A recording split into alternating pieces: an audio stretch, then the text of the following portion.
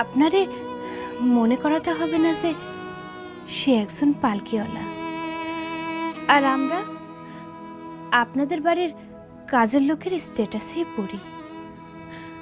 আপনি নিশ্চিন্তে যান। তবে আপনি ওনারে 20,000 টাকা দেবেন না। আব্দুল ভাই, ও আব্দুল ভাই, কে? আরে দেখো তোমার বাড়িতে কারা আইছে। কেন আছে? ওর একটা গাড়ি আইছে, গাড়ির ভিতর বড় লোকের একটা বেটা, সঙ্গে একটা বেটিও আছে। আমার বাড়িতে গাড়ি, বড় লোকের বেটা, তাহলে কি আমার জামাই?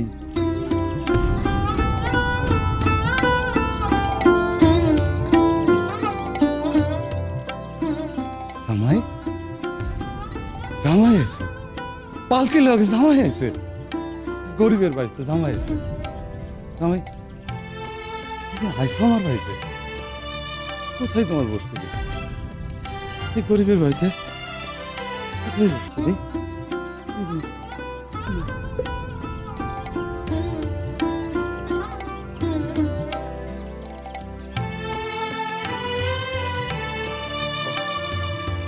পালকি মা, তুই ঘন্টা দিয়ে আমার লোকে দাঁড়ায় রয়েছিস, হ্যাঁ?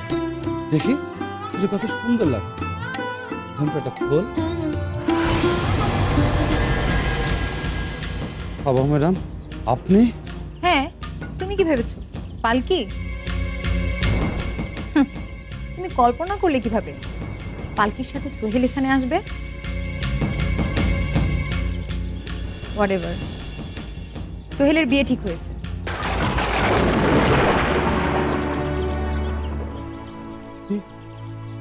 হ্যাঁ, সোহেল আবার বিয়ে করছে, আর এবার আমাকেই করছে। জামাই, উনি কি বলতেছেন? এই, ওকে জামাই জামাই করছো কেন? কেন জামাই জামাই করছো? ও তোমার জামাই না, একটা ভণ্ড ঠকবাজ মেয়ে, সারা পৃথিবীকে ঠকিয়েছে। আমার মায়ের আপনি কাজ করবেন না। আপনার পাল্লায় পরে আজ ওর এই অবস্থা। ও না আছে ঘরে, না আছে খাটে, মাঝখানে ওরে ফালায়া সবাই পিছতাছে। কি কি ভাবতেছেন মায়াডারে? এই, গলা নামিয়ে কথা বলো। জামাই, তোমার সামনে আমারে অপমান করতেছে, তুমি কিছু কইতেছো না? তুমি তো আমার জামাই, আমি তোমার জন্য সব কিছু করতে পারি, কিন্তু এই মেয়েটাকে বলো আমারে আর পালকিরে যেন অপমান না করে। তোমরা বসো, আমি তোমাদের জন্য খাবার নিই।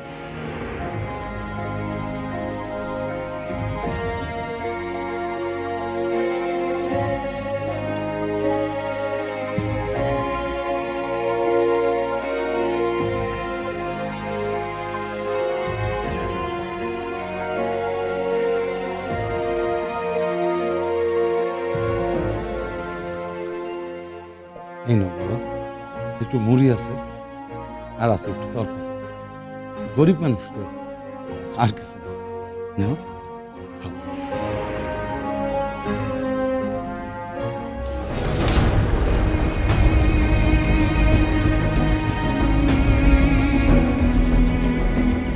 তুমি এসব খাচ্ছো?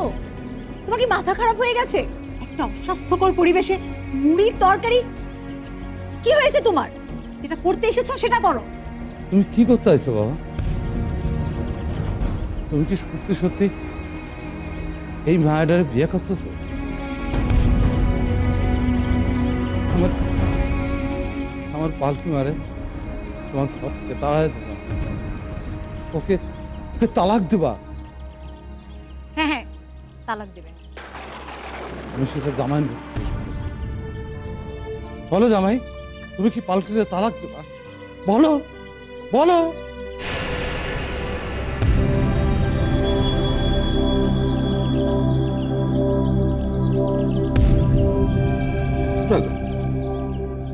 এত টাকা দিতেছ কেন?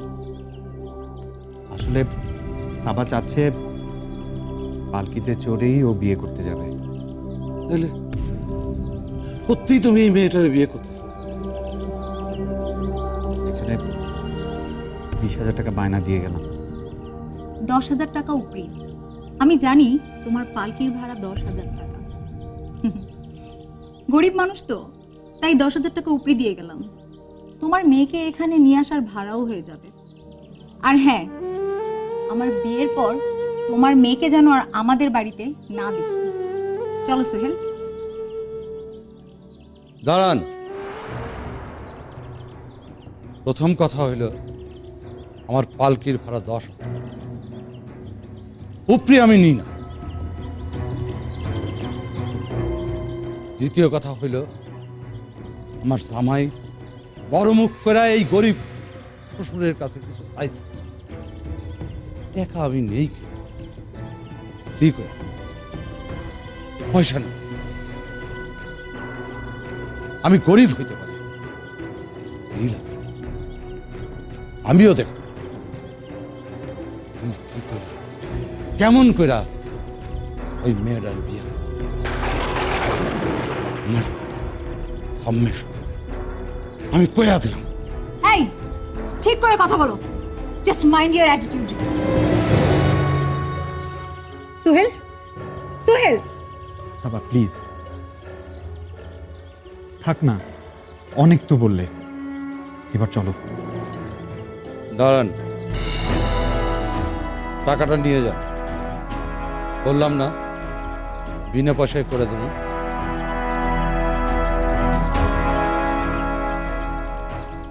শুধু তারিখটা জানায় দেবেন, সময় মতো পৌঁছে যাব, কোনো ভুল চুক হইব না। আপনার চোখের সামনে এই মায়াডারে পালকিতে চড়াইয়া বিয়ের আসরে পৌঁছে দেব। শুধু তুমিই না, তোমার সাথে তোমার মেয়েও যাবে। আমার পালকির পাশে পাশে হেঁটে যাবে, আমার পরিচারিকা হয়ে। আমরা ভিখারিকে ভিক্ষে দিই। চলো।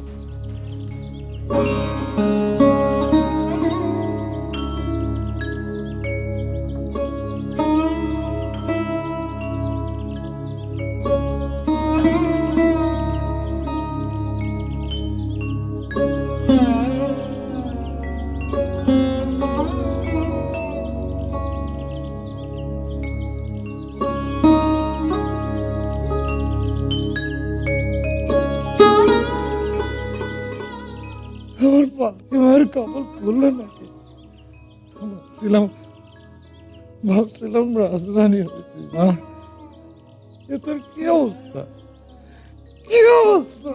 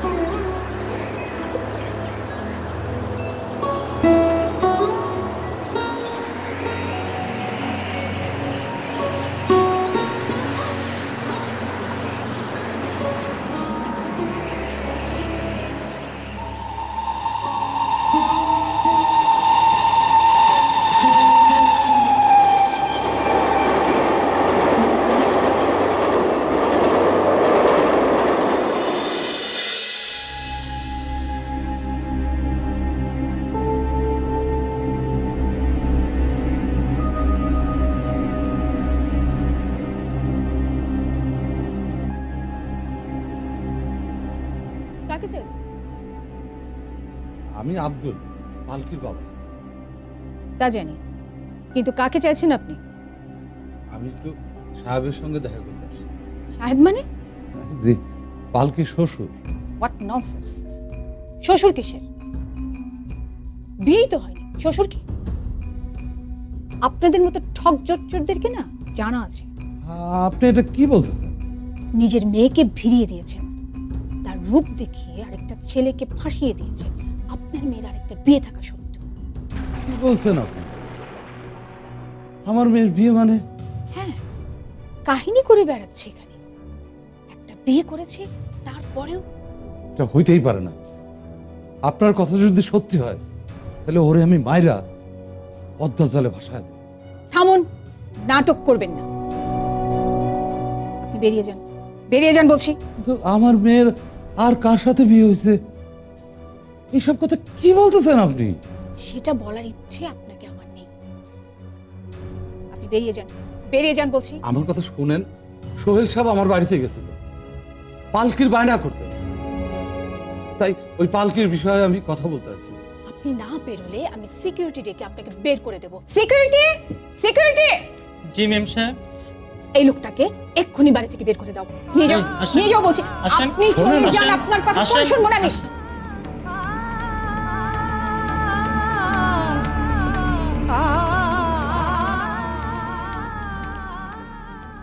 কার যেন চিৎকার শুনলাম? পালকির বাবা এসেছিল, তাড়িয়ে দিয়েছি। তাড়িয়ে দিয়েছো? সাহস দেখো, একেবারে বাড়িতে চলে এসেছি। হ্যাঁ, সিকিউরিটি ডেকে বের করে দিয়েছি। খুব ভালো করেছো। এবার পালকিকে তাড়ানোর পালা। পালকিকে এ বাড়িতে আর রাখা যাবে না। যতই হোক মেয়েটা আসলে সুন্দরী, কিন্তু সোহেল একবারও ওর দিকে তাকায়নি। যদি তাকায় তাহলে বলা তো যায় না, ক্ষণিকের দুর্বলতায় কখন কি ঘটে যায়। আমি বাবা কোনো রিস্ক নেব না। বিয়েটা হয়ে যাক, তারপরে পালকিকে এ বাড়ি থেকে চলে যেতে হবে।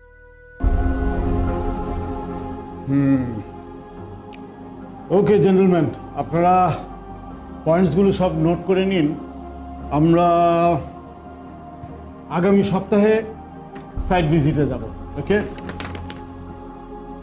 স্যার, ওখানে কিছু লোকাল প্রবলেম ছিল, ওগুলো যদি সলভ করা যায়। প্রবলেম সলভ হয়ে যাবে, ডোন্ট ওয়ারি।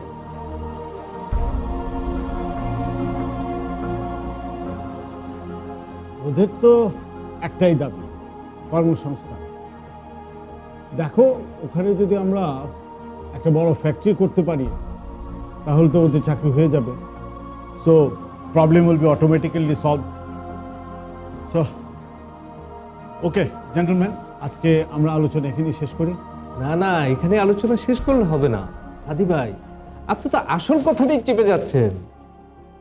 কি? আপনি নাকি ছেলের বিয়ে দিচ্ছেন আমার? সে অনেক কথা, আপনাদেরকে পরে বলবো। আর তাছাড়া আমার মনে হয় বিজনেস মিটিংয়ে পারিবারিক আলোচনাটা না করাই ভালো। দেখবেন স্যার, আমরা যেন দাওয়াত থেকে বাদ না পড়ি। না না, নিশ্চয়ই আপনাদের সবাইকে দাওয়াত করবো। ওকে, আসবো বে।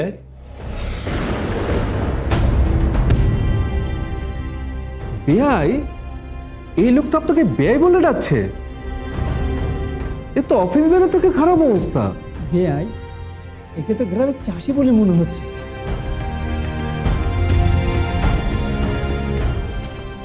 কিসের বেআই? হু আর ইউ? আমি পালকির বাবা। পালকির বাবা তো সো হোয়াট? এখানে এসে বিআই বিআই করতে হবে? যান, বেরিয়ে যান। এই সিকিউরিটি কোথায়? ঢুকলো কি করে লোকটা? সাদি ভাই, এই লোকটা আপনাকে বেয়াই বলে ডাকছে? এরকম ব্যয় হলে তো আপনার বাসা যাওয়াই ছেড়ে দিব। সাদি ভাই, এখনো সময় আছে, নিজের স্ট্যাটাস বজায় রাখুন। জয় সাহেব, ওকে চলে যেতে বলুন। একটু খারাপ, আমারই ভুল হয়ে গেছে। আমি আপনার বিয়ে না।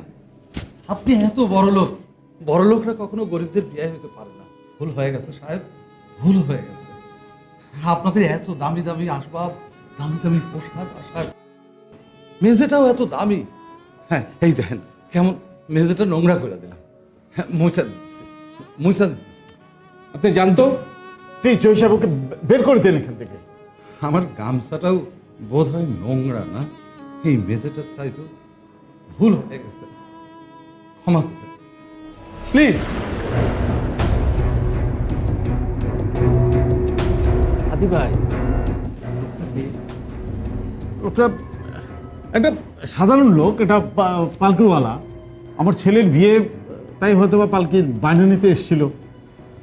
এনিওয়ে জেন্টলম্যান, আমি বেরোচ্ছি।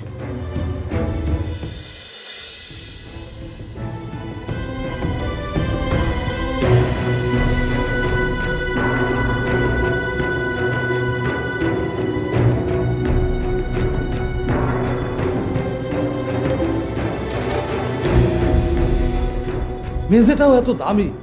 হ্যাঁ, এই দেখেন কেমন মেঝেটা নোংরা করে দিলাম। হ্যাঁ, মুছা দিচ্ছি, মুছা দিচ্ছি। আমার গামছাটাও বোধ হয় নোংরা না, এই মেঝেটার চাইতে ভুল হয়ে গেছে, ক্ষমা করে।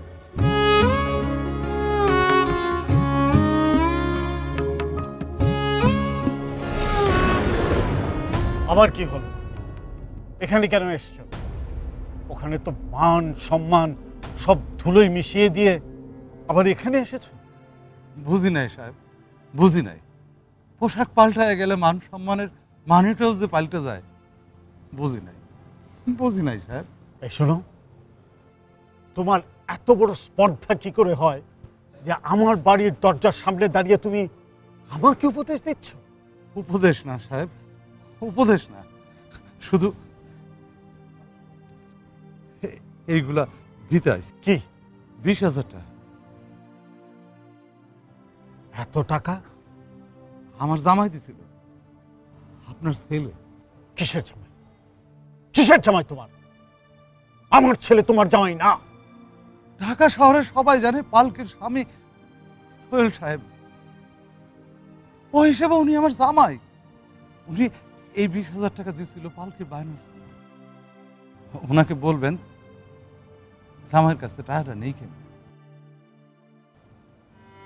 বিনা পয়সায় পালকি বলব, গর্বে বুক ফিরা যাইব, আর বলবো দেখ দেখ আমার আর এক মায়া সাবা পালকিতে উঠছে। তারিনিয়া জামার কাছে সে আমার আর এক মায়া সাবা। বাংলাদেশে এমন ঘটনার নজির কোথাও নাই, কোথাও।